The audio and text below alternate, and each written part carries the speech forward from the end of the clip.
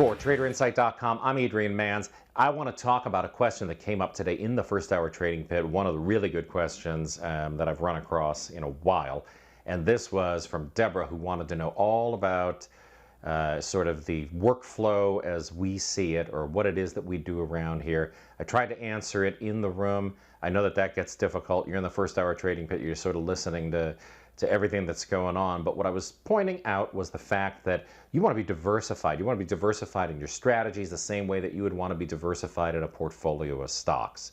So how do we manage this? What do we do to diversify what's happening in the trading that we do intraday that allows us then to get in front of as many opportunities as possible while not being overwhelmed? That's the key, right? You don't want to be overwhelmed over the course of the trading day, because if you've got so much stuff going on that you can't make heads or tails out of it anymore, then you've got a problem, right? What you want to have is a nice, smooth workflow that allows you to anticipate everything that's coming your way, set up as much of it as you can before the market even opens, and then just let things play out so that the discretionary trades that you're going to do over the course of the morning can be your focus of attention, and the things that can just sort of go on in the background, they can take care of themselves. So let's take a look at what I mean. I'm going to start pulling up the charts that I looked at before the market opened, and that's where we're going to start. So the first thing we're going to do is look at that NASDAQ scalper trading plan and what it is that I would do in Apple.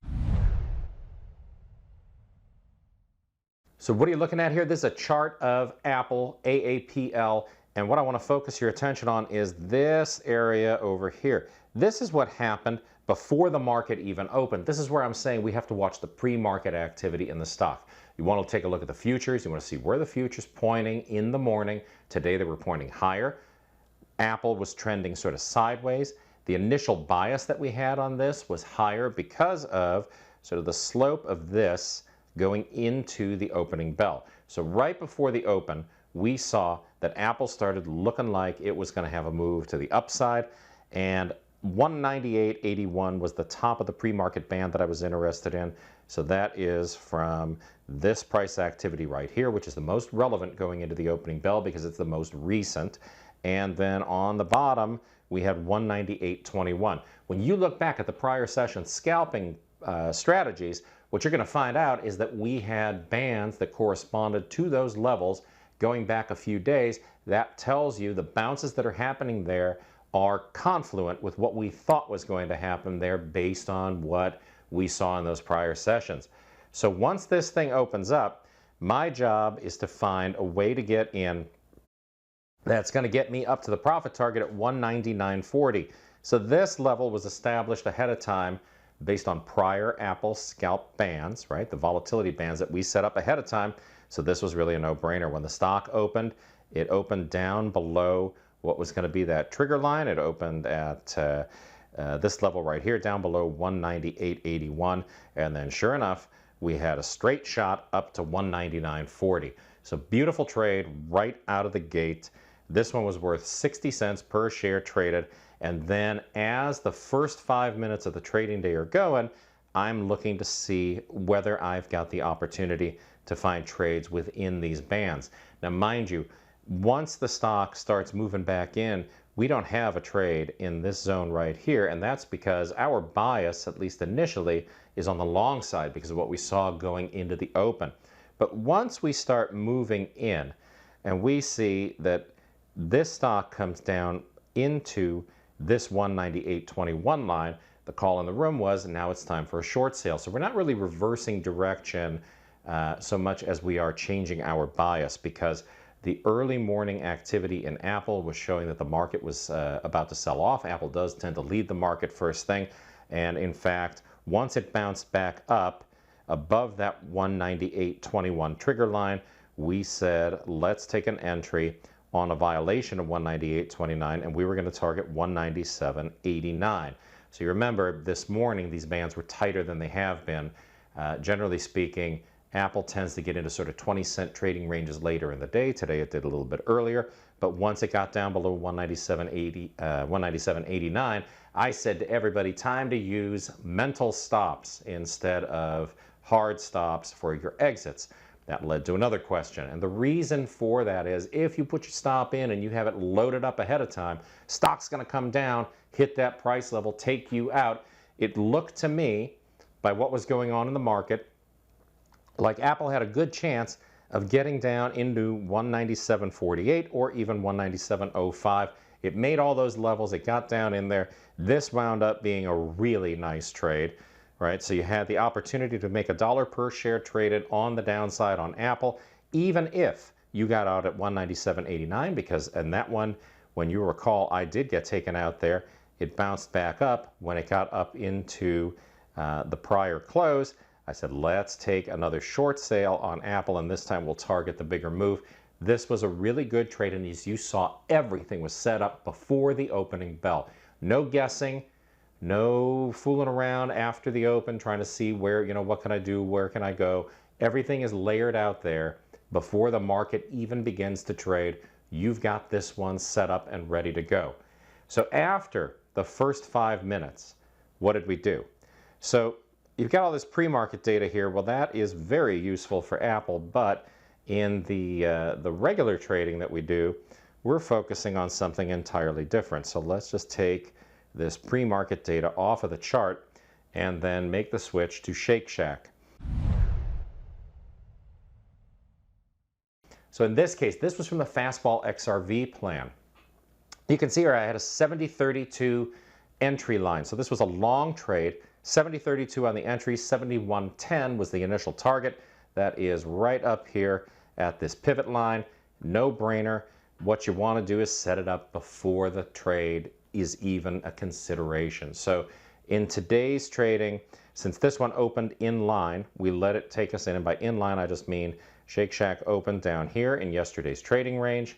On the first go around, it traded higher, made it almost all the way up to that profit objective, and then came cascading back down again.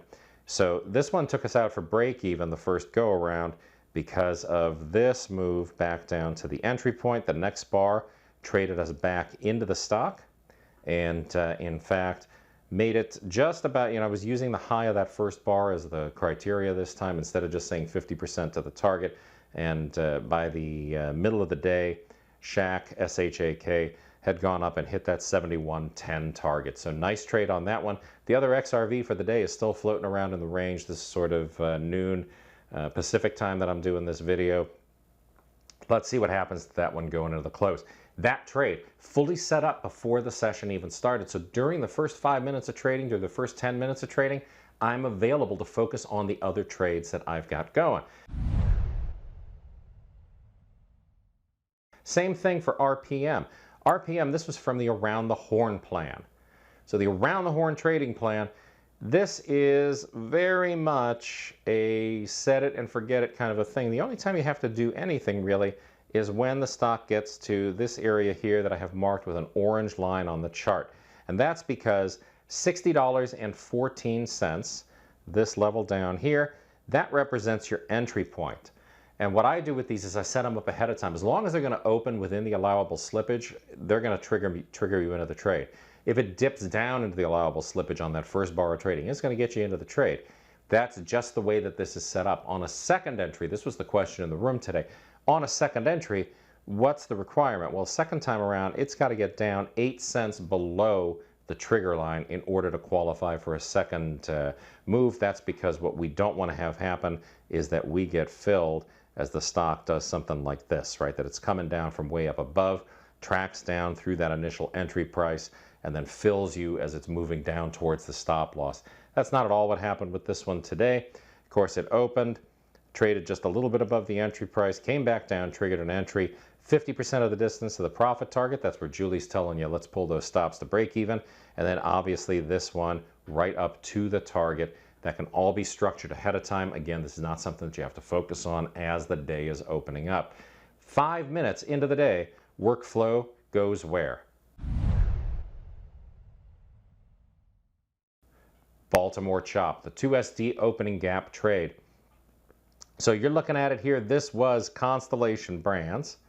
And let's see if we can widen this up a little bit so that you can see what's going on here. Constellation opened and immediately we had this big first bar in the session. So this always leads you to examine the spread, and in fact the spread on this one probably about $1, right? So this was a nasty open on this stock, and even once it got down into a rhythm and it started looking like it was a better trade, what did I say to everybody? Make sure you get about 1/8 of a point spread. If it's more than 1/8 of a point, more than 12 cents, go and just ratchet down. And if you're going to short it, make sure you're shorting at the ask. Don't go hitting the bids. But it did manage to come back around again, and when we got an entry, it was right there at that 196.98 line, right? That was the bar that triggered our criteria. Again, in case you are just going through that opening gap, of course, you have this nice 1, 2, 3 pullback here. The fourth bar is the bar that gives you the entry. So your stop loss is going to be 197.94. Initially, it's going to be a pretty wide stop, right? It's above the bar that created the entry, and the target is going to be right around something major that happened. And the major thing that happened on this one is that opening tick. You can see that one of the things that I was worried about was making it down through the open of that second bar, because it looks like there's something going on there for sure. As you can see, there's a lot of volume over here. So these are all things that you take into consideration while you're in the trade. It did bounce off that level, managed to pop up quite a bit, right? Looked for a second there like we were going to get stopped out for break even, and then boom, right back down to the profit objective. That's how we manage the workflow first thing in the morning, right? It is not difficult to do. What you have to do is get yourself in front of the opportunities and make sure that for each and everything that you're working with, whether it's the around the horn plan, or the stocks to watch, or the radar setups, or the XRVs, or the Apple trades, you do as much of the work pre-market as you possibly can. You want to set those orders up by stop limit. Stop is the entry price that you have planned for on your trading plan. Limit's the worst slip that you're willing to accept. Once that gets you in, make sure you have your counter trades, the stop and the profit objective already loaded up, and you should be good to go. So those are great questions this morning. That's sort of a wrap for the day. Shows you how we manage workflow right here in our office. I hope it helped. If it didn't, shoot me an email, adrian@traderinsight.com. It's the best trader education anywhere, only from traderinsight.com.